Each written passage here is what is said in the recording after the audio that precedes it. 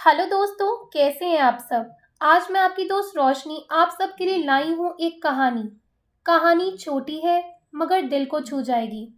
कहानी की शुरुआत करने से पहले आप सब कहाँ के रहने वाले हैं ये ज़रूर कमेंट बॉक्स में लिखना, ताकि मुझे भी पता चले आप कहाँ कहाँ से देख रहे हो। चलिए कहानी की शुरुआत करते हैं। कहते हैं बुरा वक्त आता तो अपने भी छोड़ जाते हैं, और जो साथ देता है बिना मतलब तो कतई नहीं देता। देव और शालिनी की मैं ये कहानी आपके सामने लेकर आई हूँ। देव नाम के व्यक्ति की शादी अरेंज मैरिज के तौर पर शालिनी से हुई थी। दोनों की शादी अरेंज मैरिज होने के कारण वे दोनों एक दूसरे को पहले से नहीं जानते थे। शादी के बाद दोनों एक दूसरे को जानने पहचानने का काम चालू किया। कुछ ही दिनों में दोनों एक दूसरे को अच्छी तरह से जल्दी पहचानने लग गए थे। जब दोनों में अच्छी तरह से पहचान हुई, दोनों एक दूसरे को समझने लगे थे, तो देव को लग रहा था कि उसे एक बेहतर ही पत्नी मिली है, क्योंकि उसे पूरी तरह से समझने के बाद उसे समझ में आ गया था कि लव मैरिज करना कोई ज़रूरी नहीं है, अरेंज मैरिज में भी अच्छी पत्नी मिल जाती है। दोनों की नई नई शादी हुई थी, इसी कारण से दोनों एक दूसरे को अच्छी तरह से समय देते थे। उसके बाद दोनों एक दूसरे के काम में हाथ बटाया करते थे। पति पत्नी दोनों में खूब ज़्यादा प्यार होने लगा था। अब उसकी पत्नी भी देव को समझ गई थी और उसे किसी भी प्रकार का कोई काम या किसी प्रकार की कोई सामान ज़रूरत पड़ने से पहले ही उसकी पत्नी उसके सामने हाजिर कर देती थी। एक दिन देव ने अपने दोस्त सूरज को अपने घर दावत पर बुलाया। देव और शालिनी के प्यार को देखकर सूरज बोला, तुमने तो अरेंज मैरिज की है, लेकिन तुम्हारी बीवी बहुत अच्छी है, तुम्हारा बहुत ज़्यादा ख्याल रखती है और तुम दोनों भी अच्छी तरह से अपना काम कर रहे हो। तुम्हारी पत्नी तो बहुत ज़्यादा खूबसूरत है और हर काम में तुम्हारा बहुत ज़्यादा ध्यान रखती है। तुम बहुत ज़्यादा खुशकिस्मत होगे, तुम्हें अरेंज मैरिज होने के बावजूद भी तुम्हें इतनी अच्छी पत्नी मिली है। एक दिन देव अपनी पत्नी से कहता है, तुम जाकर तैयार हो जाओ, हम कहीं घूमने जाने वाले हैं।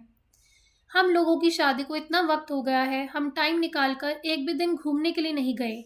चलो वहाँ आज हम लोग घूमने के लिए कहीं चलते हैं।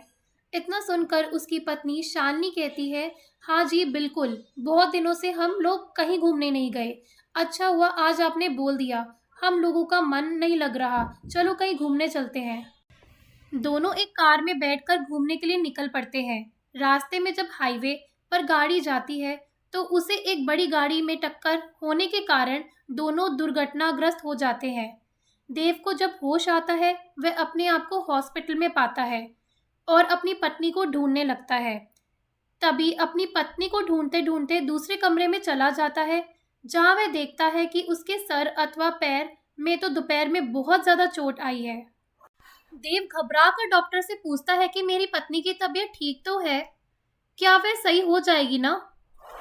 तभी डॉक्टर कहता है कि तुम्हारी पत्नी के पैरों की नसों में ज़्यादा खून निकलने के कारण पैर को काटना पड़ा, वह नहीं चल सकती अब। इतना सुनते ही शालिनी की आंखों में आंसू आ जाते हैं और वह कहती है, आपके ऊपर अब बोझ बन गई हूँ मैं। उसके बाद देव कहता है कि ऐसी कोई बात नहीं है, इतने दिनों से तुमने मेरा ख्याल रखा था, अब मेरा फर्ज बनता है कि मैं भी तुम्हारा ख्याल रखूं। अब दोनों साथ मिलकर अपने घर की तरफ रवाना हुए। घर जाकर दोनों एक दूसरे के बिना ना रहने की कसम खाते हैं। उसके बाद देव अपने घर से ही काम यानी वर्क फ्रॉम होम किया करता था, साथ ही अपनी पत्नी की मदद और उसकी देखरेख भी किया करता था। एक दिन सूरज, देव का दोस्त, उसके घर आया और कहने लगा कि अब तो तुम घर के काम करने लगे हो, तुम बहुत अच्छे बिजनेसमैन हो, अपनी जिंदगी क्यों बर्बाद कर रहे हो एक लड़की के लिए।